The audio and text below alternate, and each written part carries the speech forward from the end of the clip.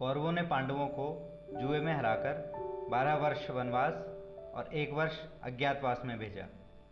वनवास काल में पांडव द्वैतवन में रहते थे। वहाँ कौरव अपनी संपत्ति को दिखाने और पांडवों की गरीबी का मजाक उड़ाने जाते थे। एक बार दुर्योधन अपने परिवार के साथ द्वैतवन के तालाब की ओर जा रहा था। उस समय देवताओं की एक जाति का एक गंधर्व अपनी अप्सराओं के साथ मनोरंजन कर रहा था। तो तालाब की ओर जाते दुर्योधन को गंधर्वों ने रोक लिया। इससे उसके छोटे भाई दुशासन को गुस्सा आ गया और उसने गंधर्वों को युद्ध की चुनौती दे दी। लड़ाई शुरू हुई। कौरव हार गए और अपनी जान बचाने के लिए उनके कुछ सैनिक पास में रह रहे पांडवों के पास गए और युधिष्ठिर से कुरुवंश, जो पांडवों का भी वंश था, उसकी लाज बचाने को कहा। मगर भीम ने कहा कि हम तुम्हारी कोई मदद नहीं करेंगे, हमको अपने आप कौरवों से छुटकारा मिल जाएगा।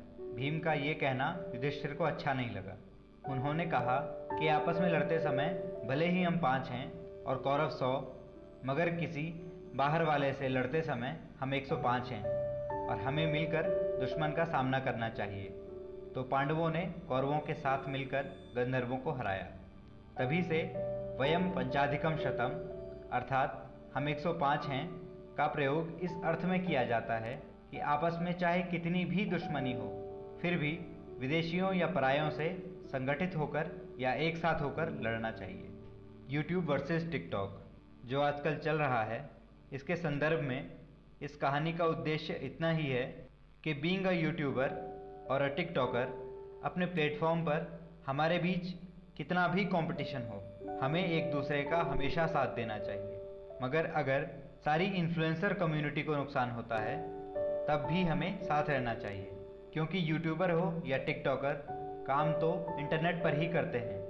दोस्तों, ये जो टिकटॉक वर्सेस यूट्यूब या यूट्यूब वर्सेस टिकटॉक चल रहा है, उसका एक दूसरा और सबसे ज़्यादा अनदेखा किया जाने वाला पहलू है internet ethics.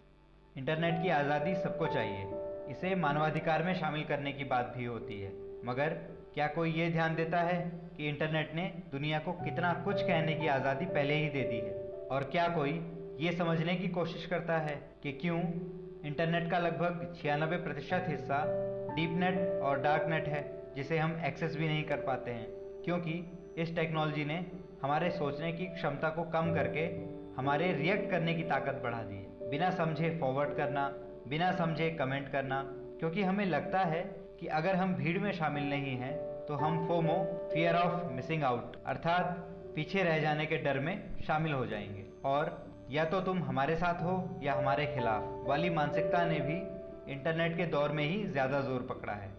Observer research foundation, जो एक थिंक टैंक है और इकोनॉमी, सिक्योरिटी, पॉलिटिक्स आदि सब्जेक्ट्स पर रिसर्च करके रिपोर्ट देता है। इसका एक आर्टिकल कहता है कि टेक्नोलॉजी ने हमें गुमनामी का ब्रह्मास्त्र दिया है।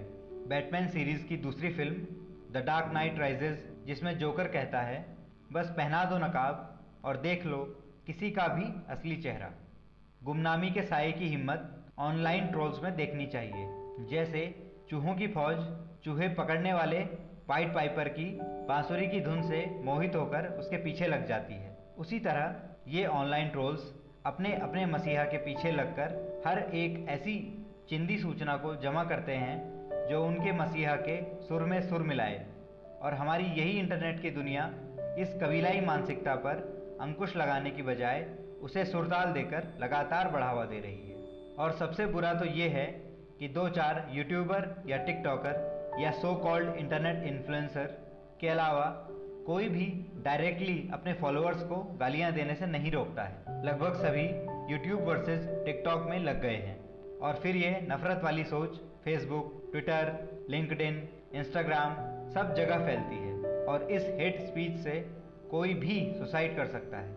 इंटरनेट की वजह से ही हमारी तर्क क्षमता खत्म हो गई है और हम लॉजिकल नहीं सोच रहे हैं और साथ ही कुतर्क पर उतर आए हैं।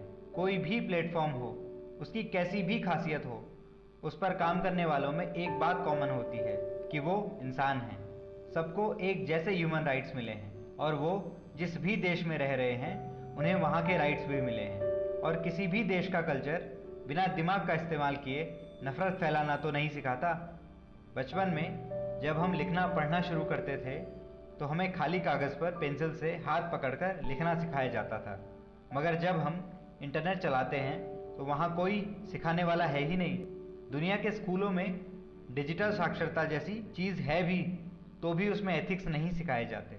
हम उसमें वो ढूंढते हैं जो हमें वास्तविक दुनिया में नहीं मिलता या जिसे करना मना है, और इसी वजह से सही गलत का फ़र्क हमारे दिमाग से ख़त्म हो जाता है।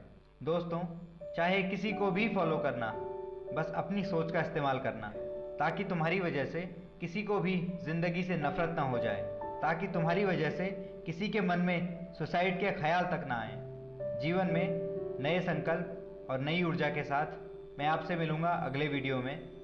तब तक खुश रहिए, अपना ध्यान रखिए और जुड़े रहिए वी थिंक से, क्योंकि हम सोचते हैं।